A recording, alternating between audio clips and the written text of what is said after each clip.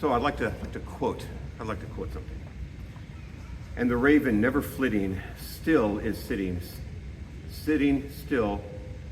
Let me try that again. I just messed it up. And the raven, never flitting, still is sitting on the pallid bust of Pallas just above my chamber door. And his eyes have all the seeming of a demon's that is dreaming, and the lamplight over him streaming throws his shadow on the floor. Shall be lifted nevermore. And I'm sure you guys recognize that as Edgar Allan Poe. And most people say, they quote the raven, but you know what? Quote the raven actually shows up 5 times in that poem. I counted them this morning. And quoth, for those you don't know, that is the simple past tense of queeth, as in bequeath, a word that we don't hardly use anymore except for lawyer speech. I'd like to quote something else. Noach sent out the raven, or the Orev, and it departed. It went back and forth until the waters dried up on the land's surface. Then he sent out the dove, the Yonah, to see if the water had subsided from the land's surface. The dove could not find any place to rest her feet, and she returned to him. And she returned to him to the ark. There was still water over the earth's surface. Noah stretched out his hand and brought it to him in the ark. He waited another 7 days, and once again sent the dove out from the ark. The dove returned to him toward the evening, and there was a freshly plucked olive leaf in her beak. Noah then knew the water had subsided from the earth. He waited yet another 7 days and sent out the dove again. This time she did not return to him anymore. Nevermore. 4 times Noach sent out birds. The first was a raven, and the last 3 times Noach sent out the same dove. So I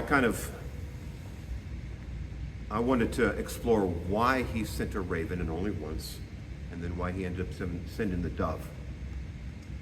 But what's interesting is when he sends out the raven, he doesn't tell us why he sent out the raven. But for the dove, he does. And he says to see if the water had subsided off the land's surface. The raven was sent out, but his purpose is not stated. The text, in fact, does not document even divine permission for Noach to even be doing this. So the rabbis end up having a lot of discussions. One in particular, I think it's the Netziv. I reserve the right to be wrong, but I believe it was the Netziv who said that Noach actually brought some pets along with him, and that he had a pet raven and a pet dove, and that's who he sent off. Trying to solve the problem of Noah not having divine permission, but all he does is create another problem. It's like, where was the divine permission for him to bring pets? So, one problem is delayed for another. But what's interesting is that the first bird, the Orev, when he is sent out, he seems to prefer life outside the teva over life inside the teva, the ark. So then what that does, that creates a possibility for the rabbis to create kind of an amusing story, a backstory. And here it is. Noach sent forth the raven. Reish Lakish says, the raven gave Noach a winning argument. He said to him, your master hates me, and you hate me.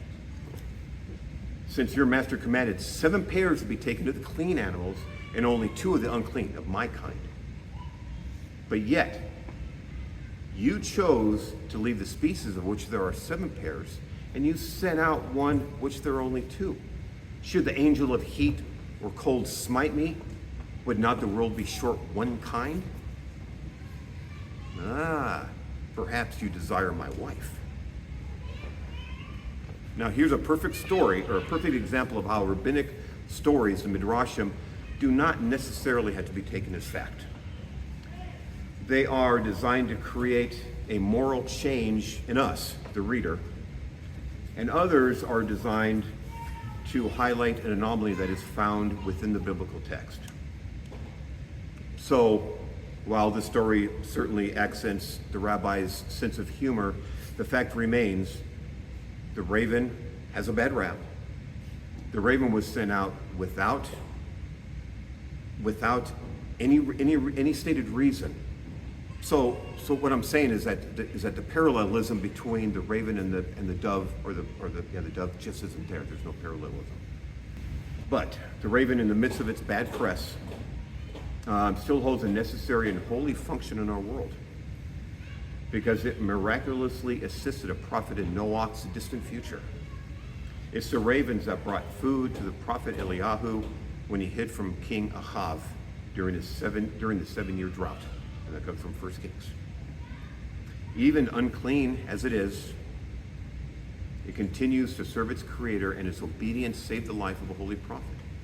And in the process, the raven pleased Hashem. You know, there's another thing. There's of course, the website is the website name is escaping me. But what it did, it gave 10 different facts about ravens. You know, and so I read that when I was before doing this. Mental Floss. That's the name of the. So if you want to just waste tons of time, go to Mental Floss. They have all sorts of really cool stuff there. You'll learn a lot. So it gave 10 nice things about the raven that we didn't know, and one of them is, like the dove, it mates for life, and I didn't know that. So of the two Shiliach in Genesis chapter 8, the second of the dove is the dove. The text says, when he sent forth a dove from him to see if the waters had subsided from the face of the earth, the dove found no place to set her foot, so she returned to him on the ark, for the waters were still on the face of the earth, the whole earth. So Noach put out his hand and took her and brought her into the ark with him. So in that text, there seems to be a certain tenderness between Noach and the dove, which is why one rabbi says, I think there were pets. He stretches forth his hand, and she alights on his finger, and he brings her back into the haven of the ark. So there's a stated purpose in mind. She is to see if the waters have subsided. So I guess he got his answer when the third time that she was sent out, she never returned. Some pet. So what's the function of the raven? Again, there's no parallelism. Can it be that the rabbis theorized that Noach was so displeased with the bird that he expelled the animal from the ark? The reason why I say that is another rabbi says that there were no cohabitation within the ark. No animal, no human cohabitated. And it comes from the text that says when they entered the ark, it was Noah and his sons and Noah's wife and the sons' wives. So there is a definite separation there. And when they came off the ark, it says Noah and his wife and his sons' wife. So noting that change in nomenclature is why the rabbis came to the conclusion that nobody cohabitated, except the raven, the dog, and Ham. They're always picking on Ham. But anyway, personally, if they were going to expel an animal, they should have done the rat, not the raven. But anyway, my dear friend Pat, who ended up helping me edit my books, she said it looks like the mission of the raven was a failure. Why a raven? So, going back to mental floss, ravens are one of the smartest animals. They're rated up there with chimpanzees and dolphins. They have been known to throw rocks on people who are trying to climb up to their nests, and they will play dead next to a carcass, so that if other ravens come, they'll like scare them, so that they can have the bird to themselves, or the carrion to themselves. They often will. They also use hand gestures. Well, hand gestures. They'll point with their beak. They'll pick up things to signal other birds. They're adaptable. Really, they're pretty much everywhere on Earth, except Antarctica, I think. So why did Noach send out the raven? So I came up with two possibilities. And if you can come up with another one, please let me know, because I'd love to expand this list. Okay, the 9th century Norseman. His name was Floki Vilga Rorson. He wrote in a book that what they used to do, or what he used to do, is he would carry ravens with him on the boat.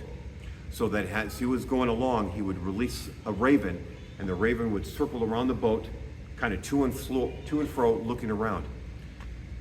And if the raven decided to go in a direction, he would steer the boat in that direction, because the raven will search for land. And if there's no land, they'll continue to float around, land on the boat, whatever the case is. Kind of sounds similar to the text that we have. The second option is a little bit more gruesome, and that is to see if the raven would find food. Now, what food do you think this raven would find? Yeah, carcasses floating on the water. So what I did was I did another search. I don't use Google, so I don't have a master's degree in Google like some of you guys do. I use DuckDuckGo, so I'm a little bit more dumber than the Google experts. So what it says is that like in shipwrecks, if the water is warm enough, the carcasses will float.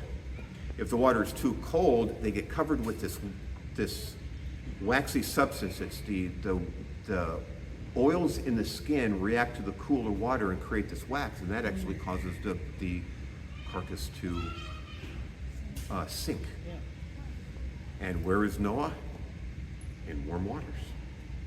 So it makes sense that the raven would actually have something to eat. And the fact that the raven never came back, and we have ravens today, means that the raven actually found food.